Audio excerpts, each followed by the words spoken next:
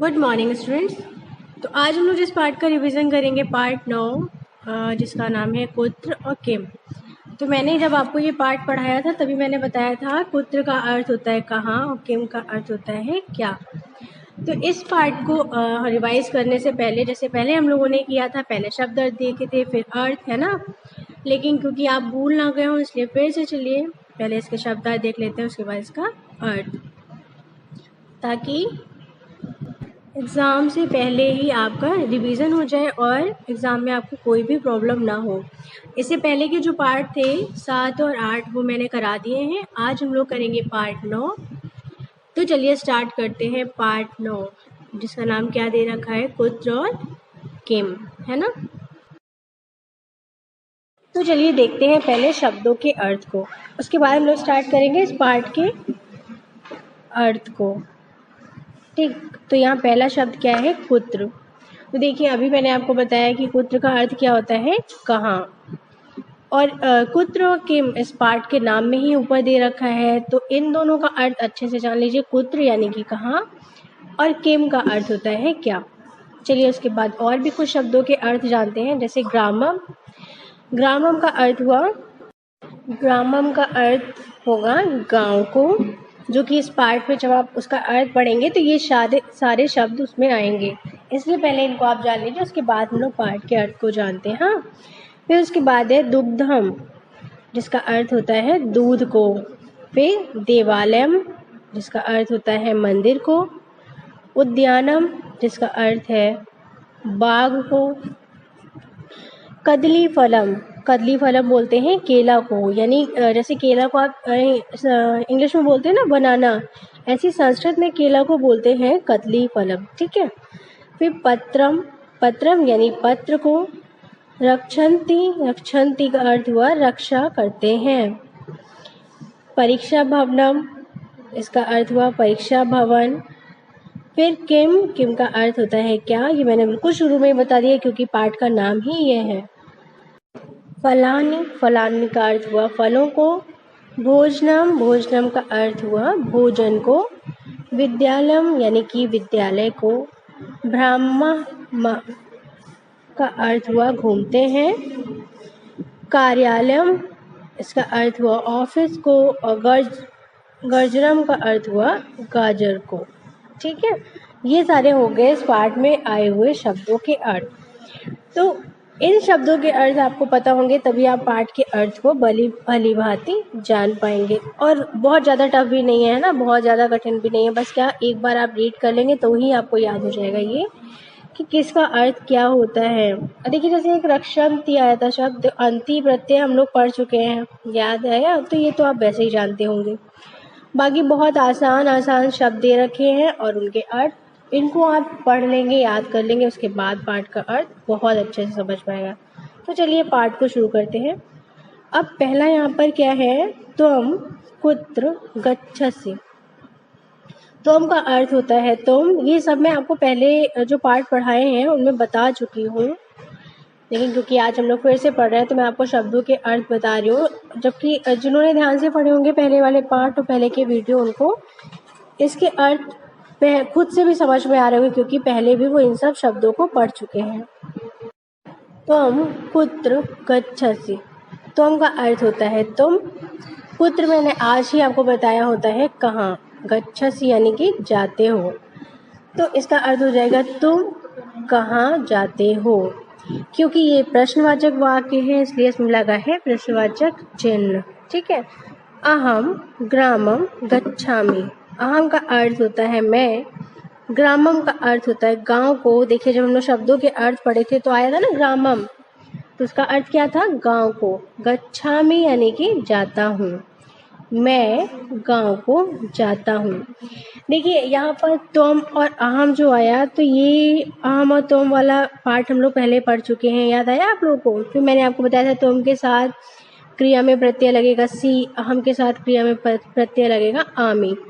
तो देखिए यहाँ पर आप देख रहे होंगे कि तुम जो है उस वाक्य में क्रिया के साथ प्रत्यय लगा है ना सी, और अहम वाले वाक्य में इसमें प्रत्यय लगाए आमी। तो देखिए ये वही तो है जो आप पहले पढ़ चुके हैं, कुछ नया है, बस कुछ शब्दों के अर्थ नए हो गए, वरना जो पाठ आप पहले पढ़ चुके हैं उन्हीं से संबंधित आगे के पाठ आ रहे हैं।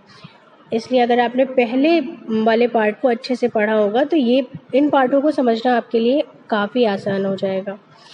खैर चलिए शब्द 8 पढ़ते हैं हम लोग। फिर नीचे क्या है, तुम किम नयसी।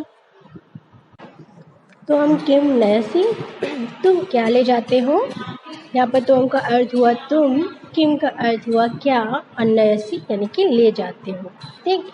अहम फलानी नयामी, अहम का अर्थ होता है मैं, फलानी यानी फल, नयामी का अर्थ हुआ ले जाता हूँ।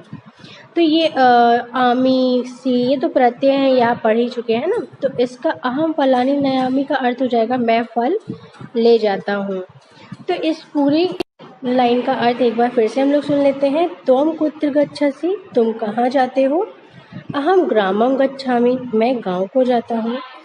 तुम किम नयसि, तुम क्या ले जाते हो। अहम फलानी नयामि, मैं फल ले जाता हूँ। तो देखिए कितना आसान था। अहम तुम वाला पाठ आपने पहले ही पढ़ रखा है। आज आपने क्या कुत्र किम को देखना है, बाकी शब्द के अर्थ आपने जान लिए, तो उसके बाद कितना आसान हो गया है ना। अब चलिए आगे देखते हैं।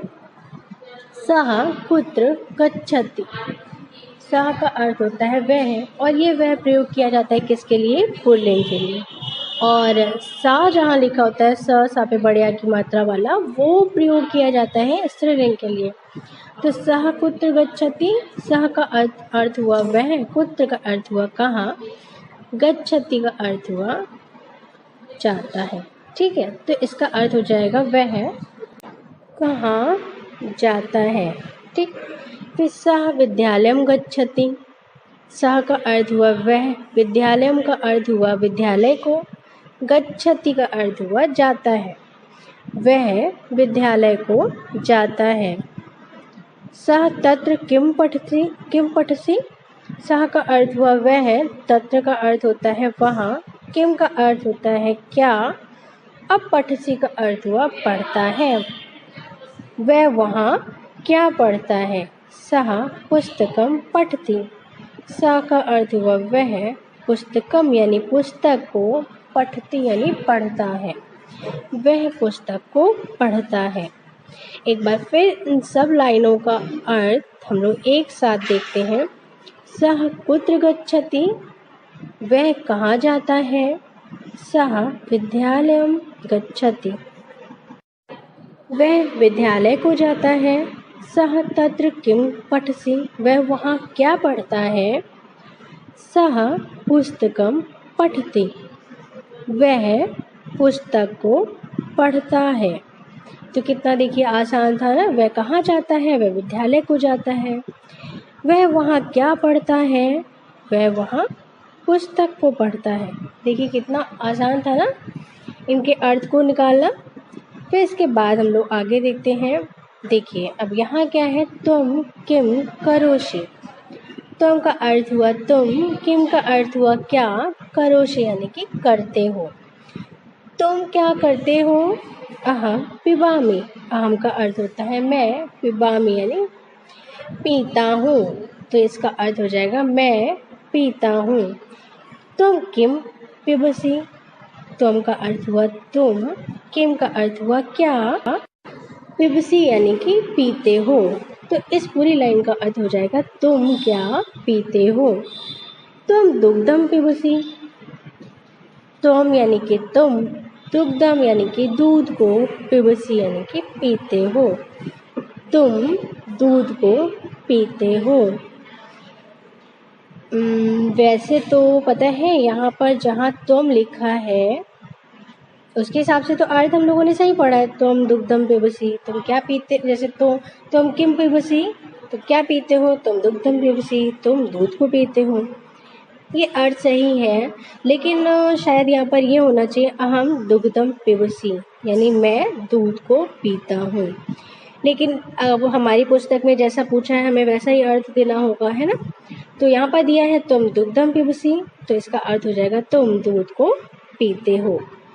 तो देखिए कितना आसान था ये सब, और आप फालतू में डरते रहते हैं संस्कृत बहुत कठिन होती है, संस्कृत बहुत कठिन होती है, कैसे पढ़ेंगे कैसे पढ़ेंगे।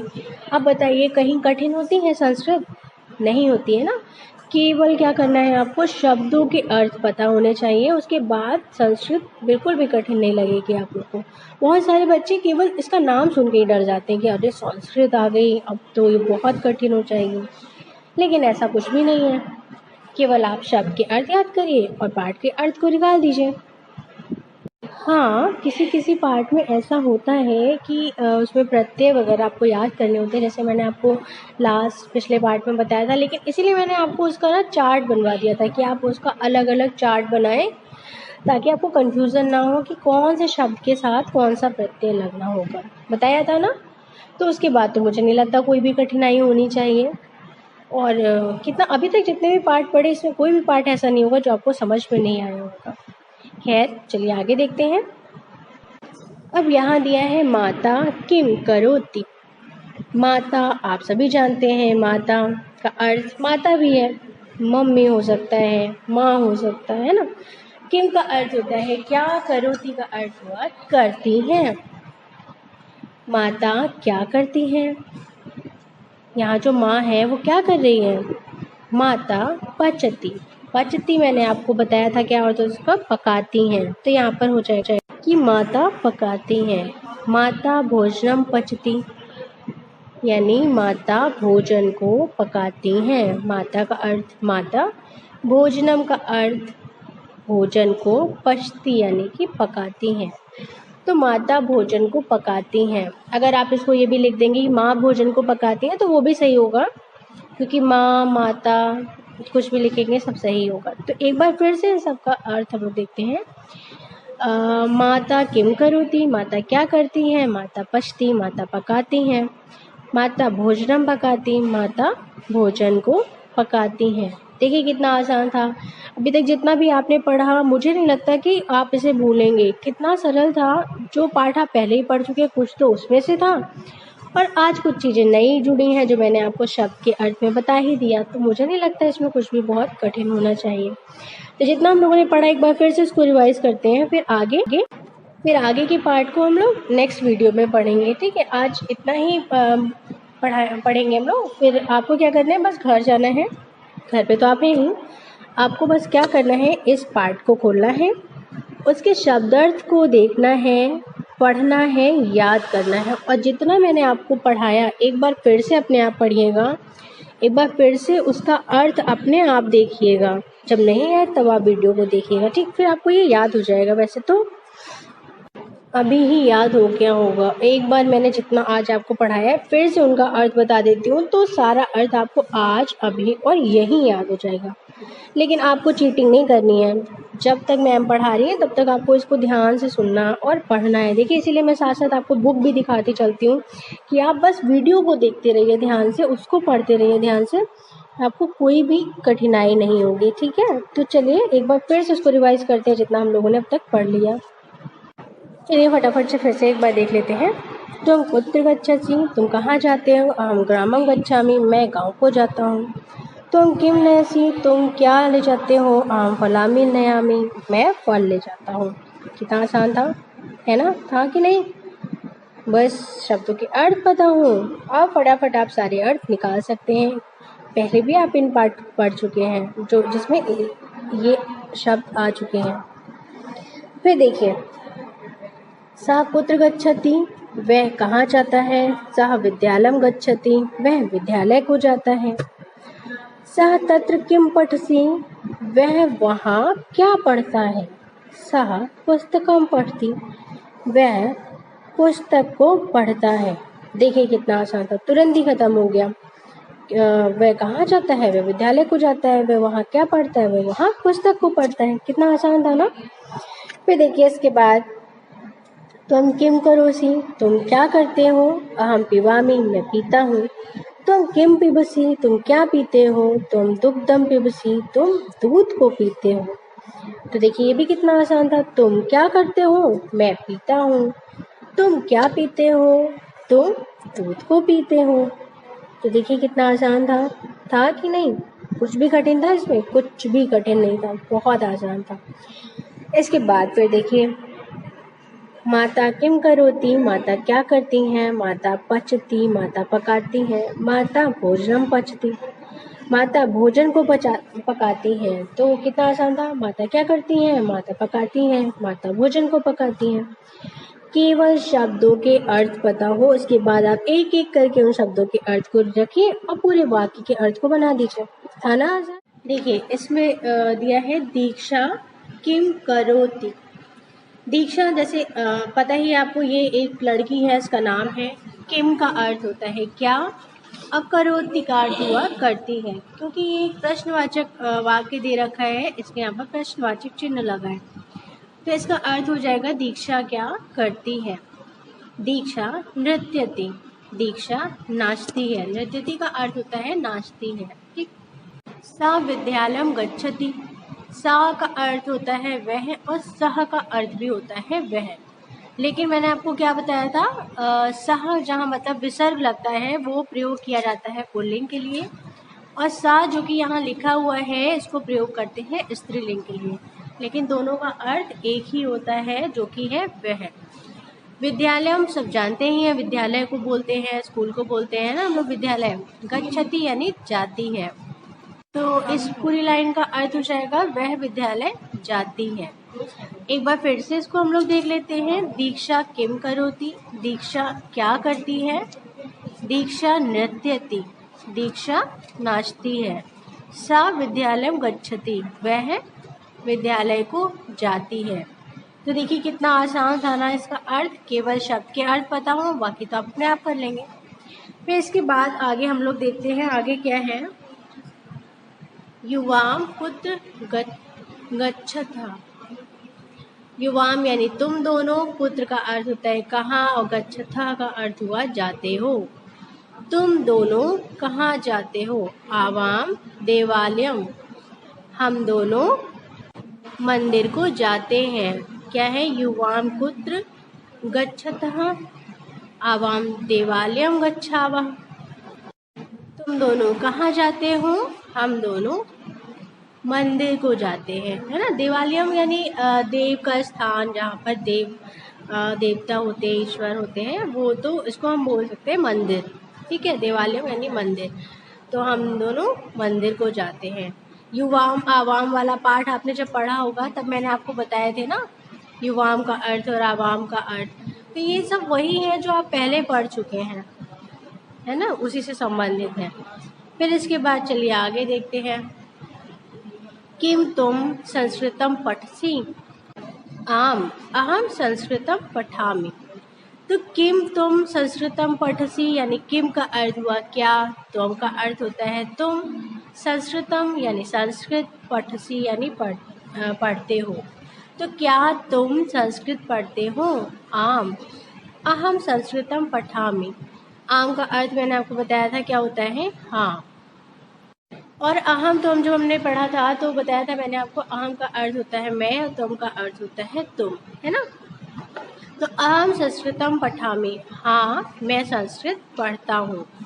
तो किम तुम संस्कृतम पठसि, क्या तुम संस्कृत पढ़ते हो। आम अहम संस्कृतम पठामि, हाँ मैं संस्कृत पढ़ता हूँ। तो क्या हो गया इसका अर्थ, क्या तुम संस्कृत पढ़ते हो, हाँ मैं संस्कृत पढ़ता हूँ। फिर चलिए आगे देखते हैं।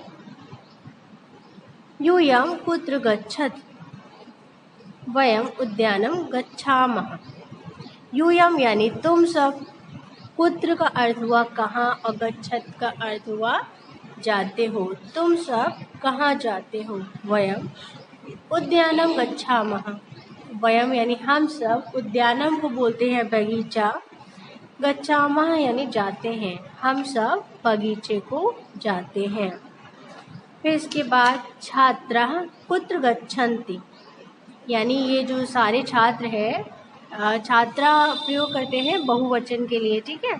तो ये सभी छात्रों के लिए प्रयोग किया गया है। कुत्र का अर्थ होता है कहाँ, गच्छन्ति यानी जाते हैं, लेकिन बहुवचन के लिए। देखिए मैंने जब आपको शुरू में पाठ पढ़ाया था तो बताया था ती ता अंति करके बताया था ना, एक वचन, द्विवचन और बहुवचन, वही चीज़ इस पर भी प्रयोग किया गया है। तो जो पहली लाइन है छात्राः कुत्र गच्छन्ति, इसका अर्थ होगा ये सब छात्र कहाँ जाते हैं। छात्रा परीक्षा भवनम गच्छन्ति, यानी ये सभी छात्र परीक्षा भवन में जाते हैं। छात्रा बहुवचन मैंने आपको बता ही दिया, परीक्षा भवनम यानी परीक्षा भवन, गच्छन्ति यानी जाते हैं, क्योंकि ये बहुत सारे इसलिए इसमें अंति लगा हुआ है। ठीक है, फिर इसके बाद एक बार फिर से इसको देख लेते हैं। छात्रा कुत्र गच्छन्ति, सभी छात्र कहाँ जाते हैं? छात्रा परीक्षा भवनम गच्छन्ति, सभी छात्र परीक्षा भवन में जाते हैं।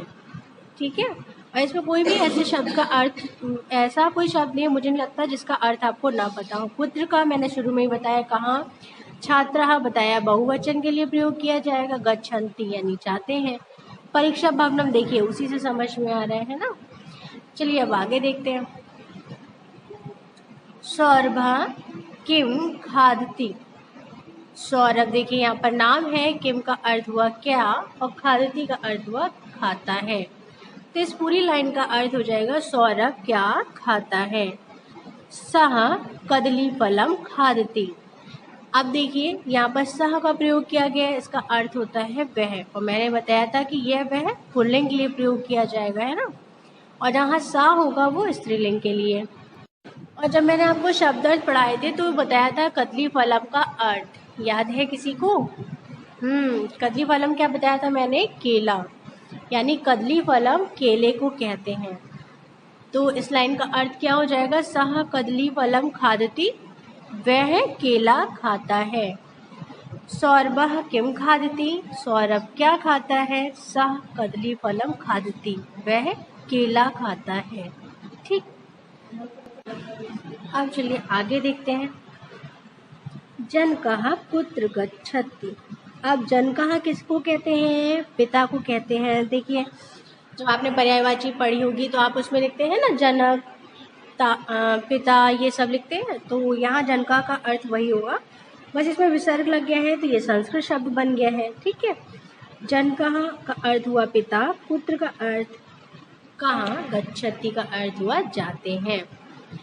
अब क्योंकि यह बड़े हैं, इन्हें आदर दे के बात है, तो इसको बोलेंगे पिता कहाँ जाते हैं, ना कि जाता है। ठीक है, तो इसका अर्थ हो जाएगा पिता कहाँ जाते हैं।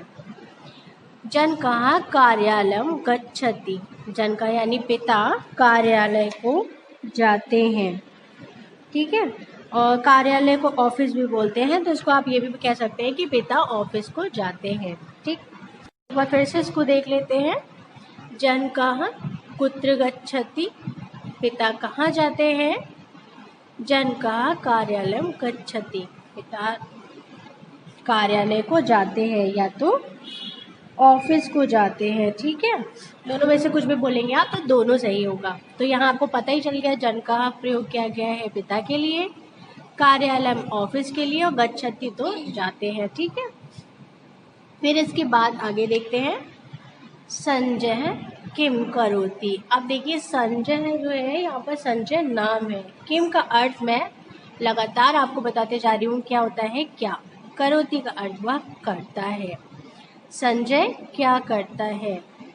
सह पत्रम लिखति, सह देखिए यहाँ पर आया जिसका अर्थ होता है वह, लेकिन क्योंकि यह पुल्लिंग है इसलिए यहाँ पर सह प्रयोग किया गया है ना, तो वह पत्रम यानी पत्र को, लिखति यानी लिखता है, तो वह पत्र को लिखता है। संजय किम करोति, संजय क्या करता है? सह पत्रम लिखति, संजय पत्र को लिखता है। तो देखिए कितना आसान था और कितने आसान शब्द भी थे इसमें। तो इसके साथ ही फिर इसके बाद आगे देखेंगे हम लोग कुछ और अर्थ। तो इसके बाद जो दे रखा है वो है, चलिए उसे देखते हैं। अब देखिए क्या है, शशकः किम खादति, शशकः का खरगोश को बोलते हैं, किम का अर्थ हुआ क्या, खादति का अर्थ हुआ खाता है। तो इस पूरी लाइन का अर्थ हो जाएगा खरगोश क्या खाता है। शशकः गाजरम खादति, शशकः यानी खरगोश, गाजरम यानी गाजर, खादति यानी खाता है। तो इसका अर्थ हो जाएगा कि खरगोश गाजर खाता है। ठीक, एक बार फिर से सुन लीजिए। शशकः किम खादति, खरगोश क्या खाता है। शशकः गाजरम खादति, खरगोश गाजर को खाता है। गाजरम यानी कि गाजर, शशकः यानी खरगोश, खादति खाता है। ठीक है, फिर इसके बाद आगे देखते हैं सैनिकः किम कुर्वन्ति। सैनिकः यानी सैनिक, किम का अर्थ हुआ क्या, कुर्वन्ति का अर्थ हुआ करते हैं। ठीक, यहाँ पर सैनिकः का बहुत से सैनिक हो गए। ठीक, वैसे तो आपने ये सब पढ़ रखा है, मुझे पता है कि आपको पता ही होगा। तो इस लाइन का अर्थ हो गया सैनिक क्या करते हैं। सैनिकः देशम रक्षन्ति। सैनिकः मैंने बताया सैनिक, बहुत से सैनिक, क्योंकि ये बहुवचन के लिए प्रयोग किया गया है। देशम यानी देश की, रक्षन्ति यानी रक्षा करते हैं। तो सैनिक देश की रक्षा करते हैं। फिर से देखिए, सैनिकः किम कुर्वन्ति, सैनिक क्या करते हैं, सैनिकः देशम रक्षन्ति। जो सैनिक हैं वो देश की रक्षा करते हैं, सैनिक देश की रक्षा करते हैं। फिर चलिए आगे देखते हैं, अध्यापिका कक्षाम आगच्छति। अध्यापिका देखिए आप जानते ही हैं किसको बोलते हैं, अध्यापिका टीचर को बोलते हैं, मैम को बोलते हैं ना। कक्षाम यानी कक्षा में, आगच्छति यानी आती हैं, अध्यापिका कक्षा में आती हैं। सा पाठम पाठयति, सा का अर्थ हुआ वह, पाठम का अर्थ हुआ पाठ को, और पाठयति का अर्थ हुआ पढ़ाती हैं, वह पाठ को पढ़ाती हैं। अध्यापिका कक्षाम आगच्छति, अध्यापिका कक्षा में आती हैं। सा पाठ्यम पाठयति, वह पाठ को पढ़ाती हैं। तो ये था लास्ट इस पार्ट का। तो देखिए कितना आसान था ना इस पार्ट का अर्थ। जो पार्ट आप पहले पढ़ चुके हैं, देखिए कुछ चीज़ें तो उन्हीं में से आई हैं, तो और भी ज़्यादा आसान हो गया इसके